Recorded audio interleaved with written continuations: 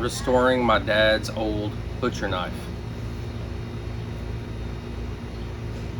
He said that this butcher knife was given to him when he was a little boy by his mall. It's a nice knife. Has a nice shape here.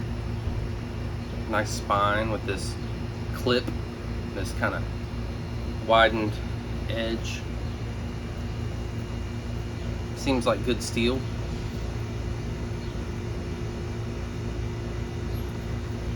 It says old hickory on the handle.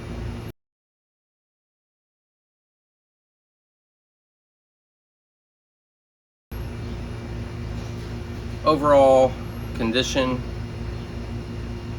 got really small chips kind of in the blade itself. It's really rusty looking. It looks like that rust has been there for a really long time. But the blade, all in all, is really good. Pretty dull. It's not very sharp.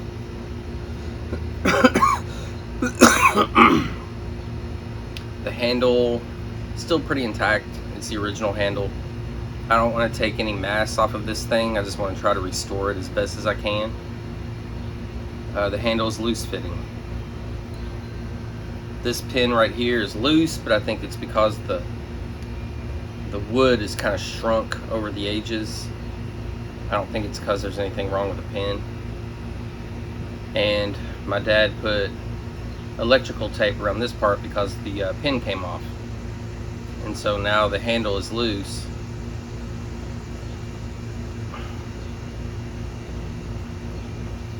It's a nice looking knife. Let's get to fixing it.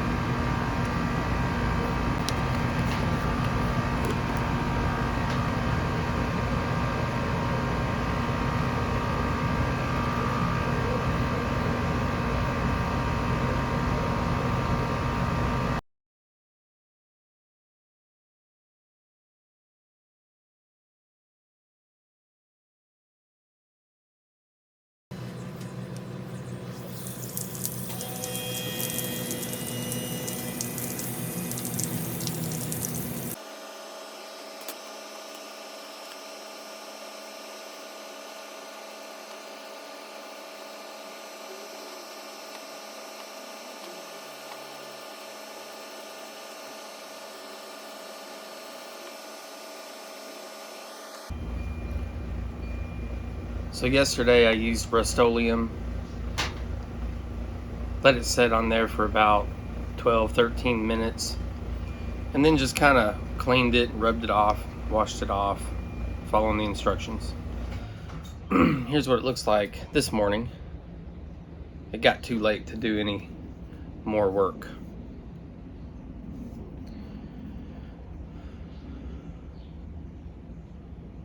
But this knife right here is the real deal. It, it's my dad's, so he would have carried this back in like the 1960s as a little boy, running around with it through the woods of Harrodsburg, hacking on who knows what for years and years, a whole childhood. This is the knife.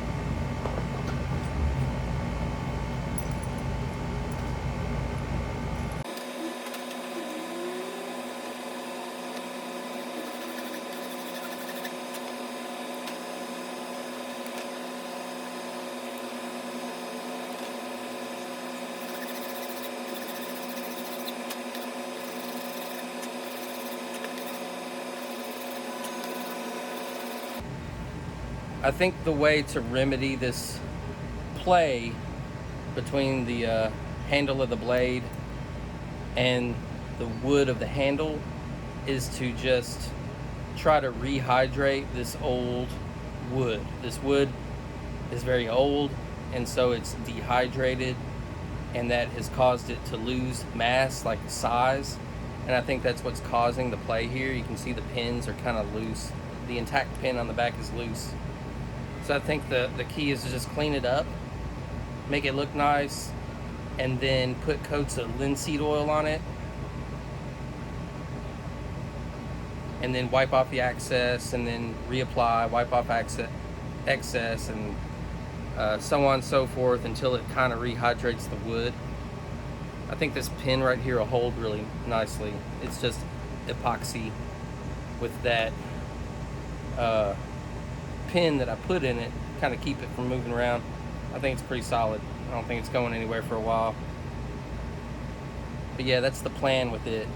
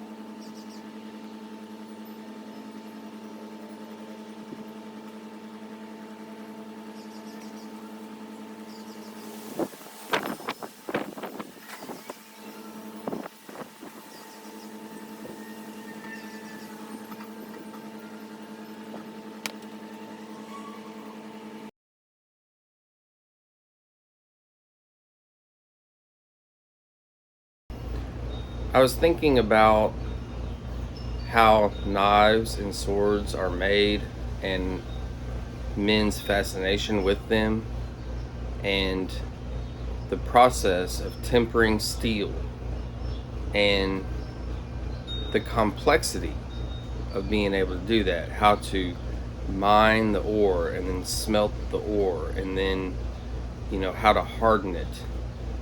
If you take steel and you bend it, it bends, if you bend it hard enough. But a blade, if you bend it, it'll shatter because it's been tempered, it's been heated up to red hot, and it's been like layers upon layers upon layers smashed into each other, and cut and layered and smashed into each other, and then cooled really quick, quenched in either oil or water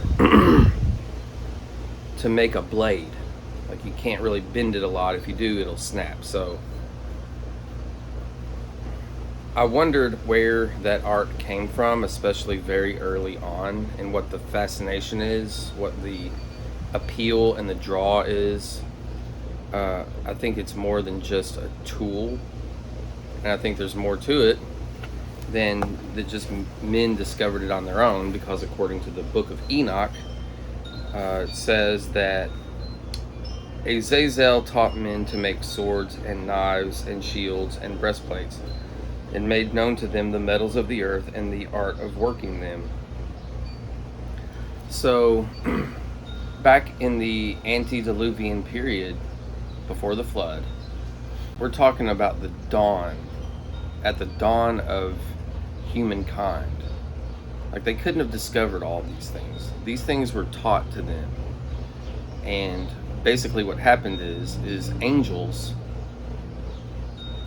decided that they were going to rebel against God and come down. They came down, about 200 of them according to the book of Enoch, to Mount Hermon, and they decided to just take wives for themselves. And in doing so, they bred a race of giants. And I guess as part of the relationship that they had with these women, they imparted wisdoms and charms and things that were not permitted by God for them to teach. And so some of the things they taught was like the secrets of astronomy, the secrets of the clouds, the secrets of roots, whatever that is. I don't even know what they are anymore.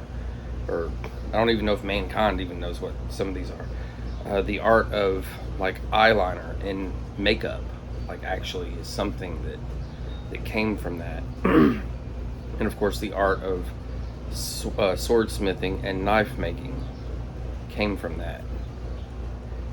And according to the book of Enoch, God was very angry with those angels for teaching that secret knowledge. You see, just because God makes something doesn't mean that you're allowed to take part in it. God made the tree of the knowledge of good and evil, and he said that tree, you're not to have anything to do with it. Sometimes God makes things, and he hides secrets and Easter eggs in things, and then he tells you that you're not allowed to mess with it. And the reason why is because you come to him. Everything that you need, you go straight to him for. You short circuit all that and you go to him. He wants you to come to him. He doesn't want you dabbling in this and that and astronomy and all these other things. He wants you to come to him.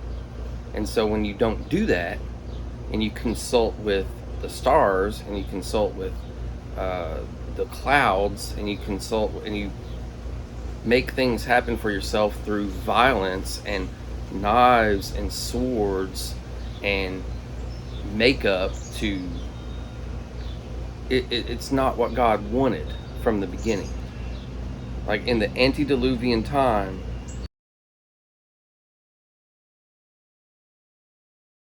like, we take it for granted. To us, it's just normal now because history's gone on for so long. But in the very beginning, in the perfect world that God made, those things were forbidden. And so these angels came down and they taught men these things. And of course, men would have been like, oh yeah, love that craft. And then it gets passed down from generation to generation, and then the flood happens, and then Noah remembers a bunch of stuff, and then from there, you know, that just men came up with it. But did they really? According to extra biblical texts, no, they did not. And so I found that to be pretty interesting, you know, history there. But anyway, there you have it, restored. You enjoy many more years of killing small creatures and macheting your way through the woods with this.